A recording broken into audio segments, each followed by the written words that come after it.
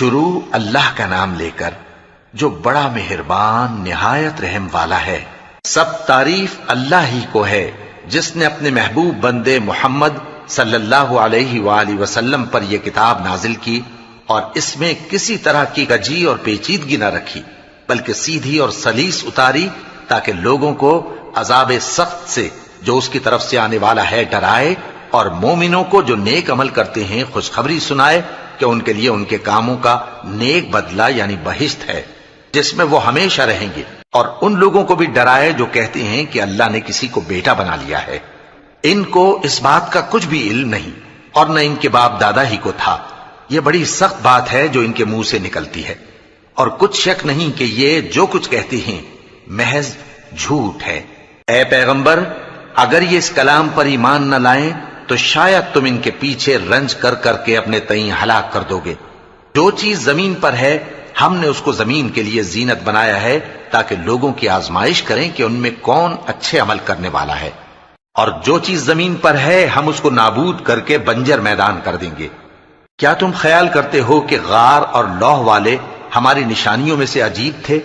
جب وہ نوجوان غار میں جا رہے تو کہنے لگے کہ اے ہمارے پروردگار، ہم پر اپنے ہاں سے رحمت نازل فرما اور ہمارے کام میں درستی کے سامان مہیا کر۔ تو ہم نے غار میں کئی سال تک ان کے کانوں پر نیند کا پردہ ڈالے رکھا، یعنی ان کو سلائے رکھا، پھر ان کو جگا اٹھایا تاکہ معلوم کریں کہ جتنی مدت وہ غار میں رہے دونوں جماعتوں میں سے اس کی مقدار کس کو خوب یاد ہے۔ ہم ان کے حالات تم سے صحیح صحیح بیان کرتے ہیں۔ وہ کئی نوجوان تھے جو اپنے پروردگار پر ایمان لائے تھے، اور ہم نے ان کو اور زیادہ ہدایت دی تھی، اور ان کے دلوں کو مربوط یعنی مضبوط کر دیا۔ جب وہ اٹھ کھڑے ہوئے تو کہنے لگے کہ ہمارا پروردگار آسمانوں اور زمین کا مالک ہے، ہم اس کے سوا کسی کو معبود سمجھ کر نہ پکاریں گے۔ اگر ایسا کیا تو اس وقت ہم نے بے عقلی کی بات کی۔ ان ہماری قوم کے لوگوں نے اس کے سوا اور معبود بنا رکھے ہیں، بھلا یہ ان کے معبود ہونے پر کوئی کھلی دلیل کیوں نہیں لاتے؟ تو اس سے زیادہ کون ظالم ہے جو اللہ پر جھوٹ باندھے؟ اور جب تم نے ان مشرکوں سے اور جن کی یہ اللہ کے سوا عبادت کرتے ہیں ان سے کنارہ کر لیا ہے تو غار میں چل رہو، تمہارا پروردگار تمہارے لیے اپنی رحمت وسیع کر دے گا اور تمہارے کاموں میں آسانی کے سامان مہیا کرے گا۔ اور جب سورج نکلے تو تم دیکھو کہ دھوپ ان کے غار سے داہنی طرف سمٹ جائے، اور جب غروب ہو تو ان سے بائیں طرف کترا جائے، اور وہ اس غار کے کشادہ حصے میں تھے۔ یہ اللہ کی نشانیوں میں سے ہیں، جس کو اللہ ہدایت دے وہ ہدایت یاب ہے، اور جس کو گمراہ رہنے دے تو تم اس کے لیے کوئی دوست راہ بتانے والا نہ پاؤ گے۔ اور تم ان کے متعلق خیال کرو کہ وہ جاگ رہے ہیں حالانکہ وہ سوتے ہیں، اور ہم ان کو دائیں اور بائیں کروٹ بدلاتے تھے، اور ان کا کتا چوکھٹ پر دونوں ہاتھ پھیلائے ہوئے تھا۔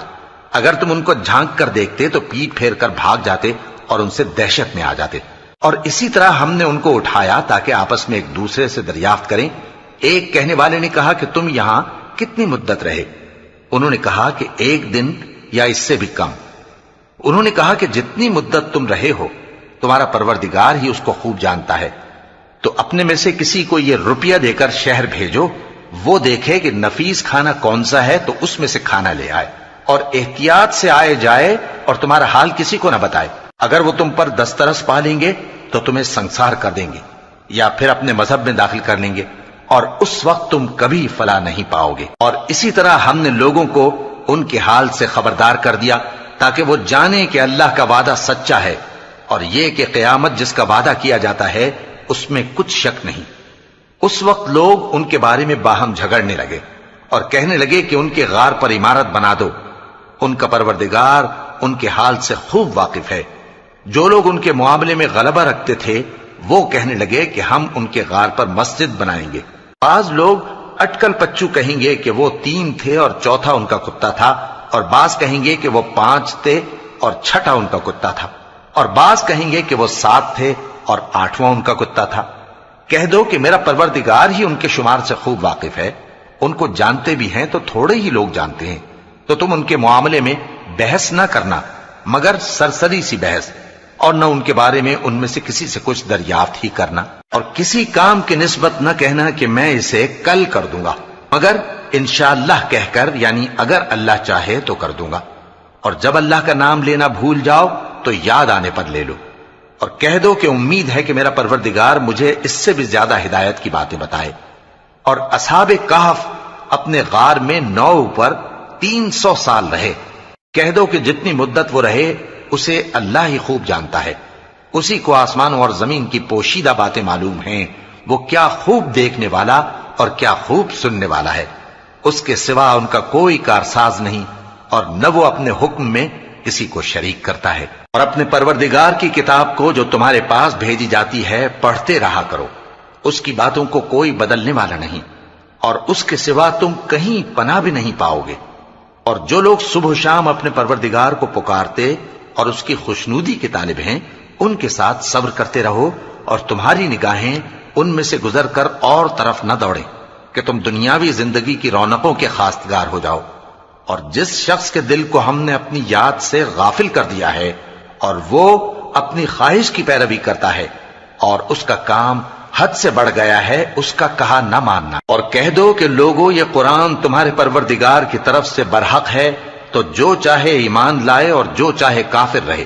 ہم نے ظالموں کے لیے دوزخ کی آگ تیار کر رکھی ہے جس کی قناتیں ان کو گھیر رہی ہوں گی، اور اگر فریاد کریں گے تو ایسے کھولتے ہوئے پانی سے ان کی داد رسی کی جائے گی جو پگھلے ہوئے تانبے کی طرح گرم ہوگا اور جو ان کے چہروں کو بھون ڈالے گا۔ ان کے پینے کا پانی بھی برا اور آرام گاہ بھی بری۔ اور جو ایمان لائے اور کام بھی نیک کرتے رہے تو ہم نیک کام کرنے والوں کا اجر ضائع نہیں کرتے۔ ایسے لوگوں کے لیے ہمیشہ رہنے کے باغ ہیں جن میں ان کے محلوں کے نیچے نہریں بہ رہی ہیں، ان کو وہاں سونے کے کنگن پہنائے جائیں گے، اور وہ باریک دیبا اور اطلس کے سبز کپڑے پہنا کریں گے، اور تختوں پر تکیے لگا کر بیٹھا کریں گے۔ کیا خوب بدلہ اور کیا خوب آرام گاہ ہے۔ اور ان سے 2 شخصوں کا حال بیان کرو جن میں سے ایک کو ہم نے انگور کے 2 باغ عنایت کیے تھے اور ان کے گردا گرد کھجوروں کے درخت لگا دیے تھے اور ان کے درمیان کھیتی پیدا کر دی تھی۔ دونوں باغ کثرت سے پھل لاتے اور اس کی پیداوار میں کسی طرح کی کمی نہ ہوتی، اور دونوں میں ہم نے ایک نہر بھی جاری کر رکھی تھی، اور اس طرح اس شخص کو ان کی پیداوار ملتی رہتی تھی۔ تو ایک دن جبکہ وہ اپنے دوست سے باتیں کر رہا تھا، کہنے لگا کہ میں تم سے مال و دولت میں بھی زیادہ ہوں اور جتھے اور جماعت کے لحاظ سے بھی زیادہ عزت والا ہوں، اور ایسی شیخیوں سے اپنے حق میں ظلم کرتا ہوا اپنے باغ میں داخل ہوا۔ کہنے لگا کہ میں نہیں خیال کرتا کہ یہ باغ کبھی تباہ ہو، اور نہ خیال کرتا ہوں کہ قیامت برپا ہو، اور اگر میں اپنے پروردگار کی طرف لوٹایا بھی جاؤں تو وہاں ضرور اس سے اچھی جگہ پاؤں گا۔ تو اس کا دوست جو اس سے گفتگو کر رہا تھا کہنے لگا کہ کیا تم اس ذات سے کفر کرتے ہو جس نے تم کو مٹی سے پیدا کیا، پھر نطفے سے، پھر تمہیں پورا آدمی بنایا؟ مگر میں تو یہ کہتا ہوں کہ اللہ ہی میرا پروردگار ہے، اور میں اپنے پروردگار کے ساتھ کسی کو شریک نہیں کرتا۔ اور جب تم اپنے باغ میں داخل ہوئے تو تم نے ماشاء اللہ لا قوت الا باللہ کیوں نہ کہا؟ اگر تم مجھے مال و اولاد میں اپنے سے کمتر دیکھتے ہو تو عجب نہیں کہ میرا پروردگار مجھے تمہارے باغ سے بہتر عطا فرمائے، اور تمہارے اس باغ پر آسمان سے آفت بھیج دے تو وہ صاف میدان ہو جائے، یا اس باغ کی نہر کا پانی گہرائی میں اتر جائے تو پھر تم اسے تلاش نہ کر سکو، اور اس کے میووں کو عذاب نے آ گھیرا اور وہ اپنی چھتریوں پر گر کر رہ گیا، تو جو مال اس نے اس پر خرچ کیا تھا اس پر حسرت سے ہاتھ ملنے لگا اور کہنے لگا کہ کاش میں اپنے پروردگار کے ساتھ کسی کو شریک نہ بناتا۔ اس وقت اللہ کے سوا کوئی جماعت اس کی مددگار نہ ہوئی اور نہ وہ بدلہ لے سکا۔ یہاں سے ثابت ہوا کہ حکومت سب اللہ کی ہے، جو معبود برحق ہے وہی بہترین ثواب عطا کرنے والا اور بہترین انجام لانے والا ہے۔ اور ان سے دنیا کی زندگی کی مثال بھی بیان کر دو کہ وہ ایسی ہے جیسے پانی جسے ہم نے آسمان سے برسایا تو اس کے ساتھ زمین کی پیداوار مل کر نکلی، پھر وہ چورا چورا ہو گئی کہ ہوائیں اسے اڑاتی پھرتی ہیں، اور اللہ تو ہر چیز پر قدرت رکھتا ہے۔ مال اور بیٹے تو دنیا کی زندگی کی رونق و زینت ہیں، اور نیکیاں جو باقی رہنے والی ہیں وہ ثواب کے لحاظ سے تمہارے پروردگار کے ہاں بہت اچھی اور امید کے لحاظ سے بہت بہتر ہیں۔ اور جس دن ہم پہاڑوں کو چلائیں گے اور تم زمین کو صاف میدان دیکھو گے اور ان لوگوں کو ہم جمع کر لیں گے تو ان میں سے کسی کو بھی نہیں چھوڑیں گے، اور سب تمہارے پروردگار کے سامنے صف باندھ کر لائے جائیں گے۔ تو ہم ان سے کہیں گے کہ جس طرح ہم نے تم کو پہلی بار پیدا کیا تھا اسی طرح آج تم ہمارے سامنے آئے، لیکن تم نے تو یہ خیال کر رکھا تھا کہ ہم نے تمہارے لیے قیامت کا کوئی وقت مقرر ہی نہیں کیا، اور اعمال کی کتاب کھول کر رکھی جائے گی تو تم گناہگاروں کو دیکھو گے کہ جو کچھ اس میں لکھا ہوگا اس سے ڈر رہے ہوں گے، اور کہیں گے ہائے شامت، یہ کیسی کتاب ہے کہ نہ چھوٹی بات کو چھوڑتی ہے نہ بڑی کو، کوئی بات بھی نہیں مگر اسے لکھ رکھا ہے، اور جو جو عمل کیے ہوں گے سب کو حاضر پائیں گے، اور تمہارا پروردگار کسی پر ظلم نہیں کرے گا۔ اور جب ہم نے فرشتوں کو حکم دیا کہ آدم کو سجدہ کرو تو سب نے سجدہ کیا مگر ابلیس نے نہ کیا، وہ جنات میں سے تھا تو اپنے پروردگار کے حکم سے باہر ہو گیا۔ کیا تم اس کو اور اس کی اولاد کو میرے سوا دوست بناتے ہو، حالانکہ وہ تمہارے دشمن ہیں، اور شیطان کی دوستی ظالموں کے لیے اللہ کی دوستی کا برا بدل ہے۔ میں نے ان کو نہ تو آسمانوں اور زمین کے پیدا کرنے کے وقت بلایا تھا اور نہ خود ان کے پیدا کرنے کے وقت، اور میں ایسا نہ تھا کہ گمراہ کرنے والوں کو مددگار بناتا۔ اور جس دن اللہ فرمائے گا کہ اب میرے شریکوں کو جن کی نسبت تم معبود ہونے کا گمان رکھتے تھے بلاؤ، تو وہ ان کو بلائیں گے مگر وہ ان کو کچھ جواب نہ دیں گے، اور ہم ان کے درمیان ہلاکت کی ایک جگہ بنا دیں گے، اور گناہگار لوگ دوزخ کو دیکھیں گے تو یقین کر لیں گے کہ وہ اس میں پڑنے والے ہیں، اور اس سے بچنے کا کوئی راستہ نہ پائیں گے۔ اور ہم نے اس قرآن میں لوگوں کے سمجھانے کے لیے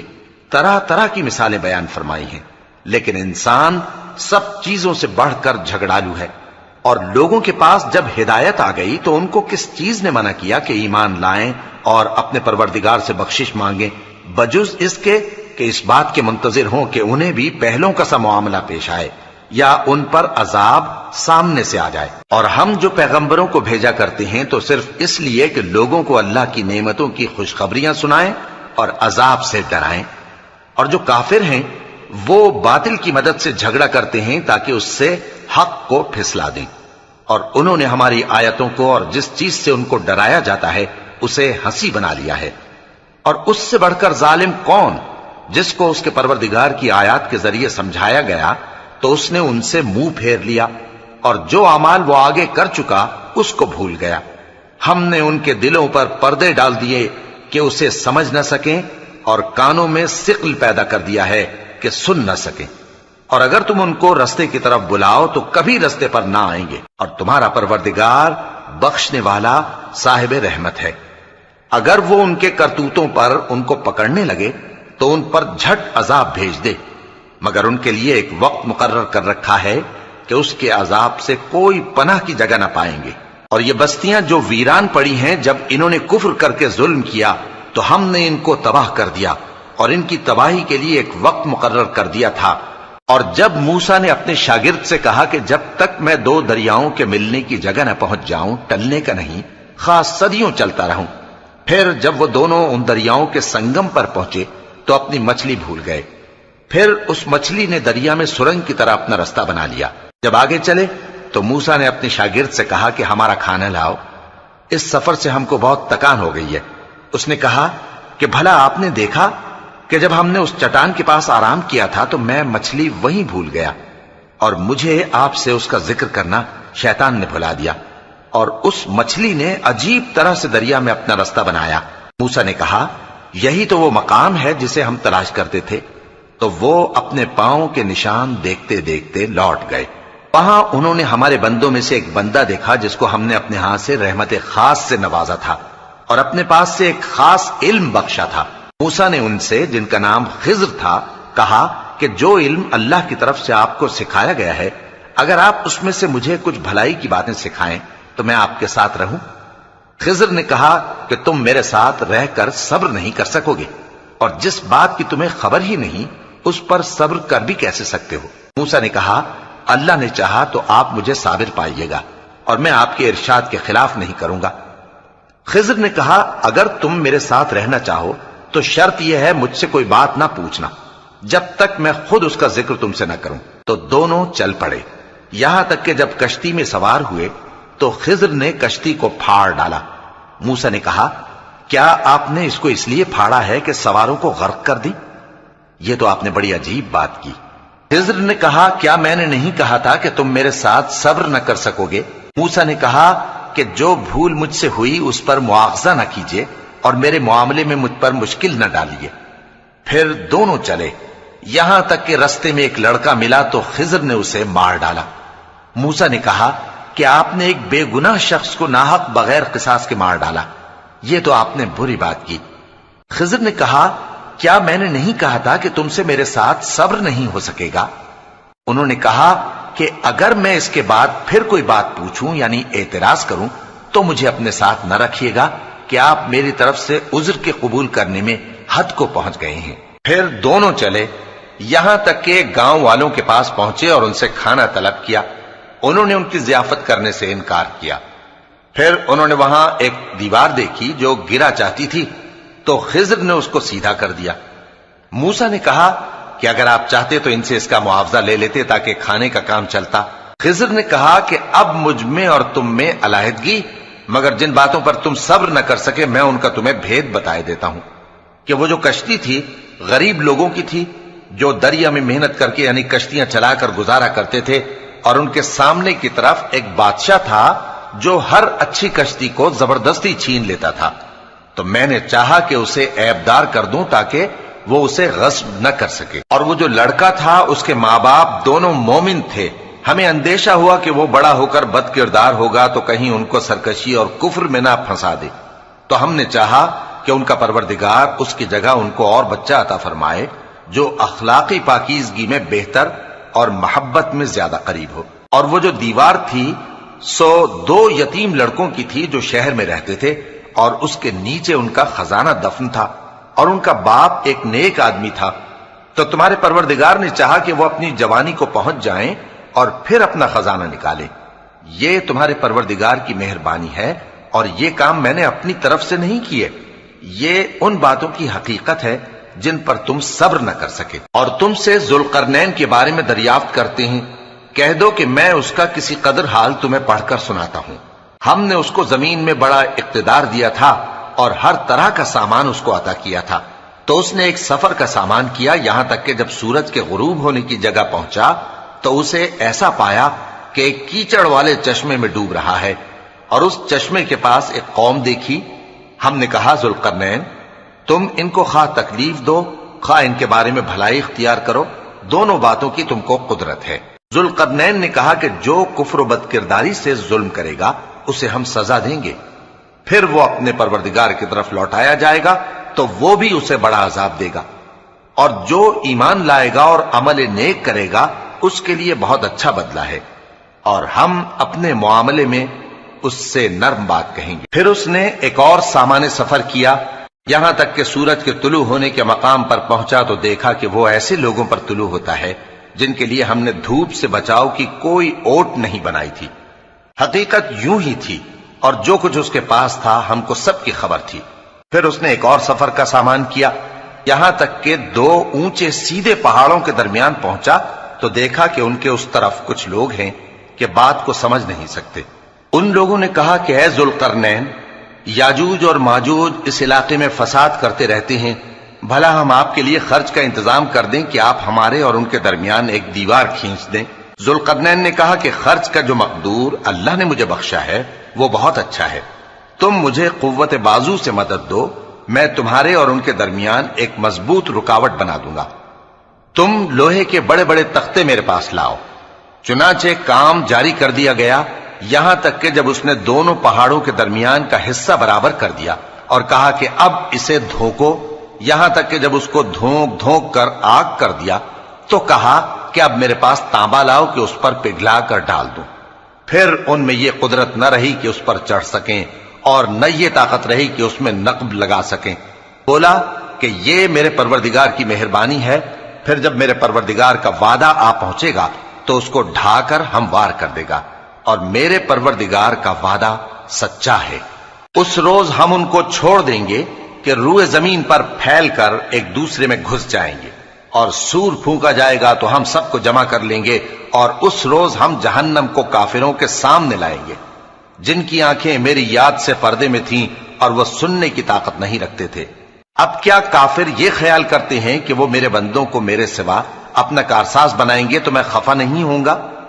ہم نے ایسے کافروں کے لیے جہنم کی مہمانی تیار کر رکھی ہے۔ کہہ دو کہ ہم تمہیں ایسے لوگ بتائیں جو اعمال کے لحاظ سے بڑے نقصان میں ہیں؟ یہ وہ لوگ ہیں جن کی دوڑ دھوپ دنیا کی زندگی میں برباد ہو گئی اور وہ یہ سمجھے ہوئے ہیں کہ وہ اچھے کام کر رہے ہیں۔ یہ وہ لوگ ہیں جنہوں نے اپنے پروردگار کی آیتوں کو نہ مانا اور اس کے سامنے جانے سے انکار کیا، تو ان کے اعمال ضائع ہو گئے، سو ہم قیامت کے دن ان کے لیے کچھ بھی وزن قائم نہیں کریں گے۔ یہ ان کی سزا ہے یعنی جہنم، اس لیے کہ انہوں نے کفر کیا اور ہماری آیتوں اور ہمارے پیغمبروں کی ہنسی اڑائی۔ جو لوگ ایمان لائے اور عمل نیک کیے ان کے لیے بہشت کے باغ بطور مہمانی ہوں گے، ہمیشہ ان میں رہیں گے اور وہاں سے مکان بدلنا نہ چاہیں گے۔ کہہ دو کہ اگر سمندر میرے پروردگار کی باتوں کے لکھنے کے لیے روشنائی ہو تو قبل اس کے کہ میرے پروردگار کی باتیں تمام ہوں سمندر ختم ہو جائے، اگرچہ ہم ویسا ہی اور اس کی مدد کو لائیں۔ کہہ دو کہ میں تمہاری طرح کا ایک بشر ہوں، البتہ میری طرف وہی آتی ہے کہ تمہارا معبود وہی ایک معبود ہے، تو جو شخص اپنے پروردگار سے ملنے کی امید رکھے چاہیے کہ عمل نیک کرے اور اپنے پروردگار کی عبادت میں کسی کو شریک نہ بنائے۔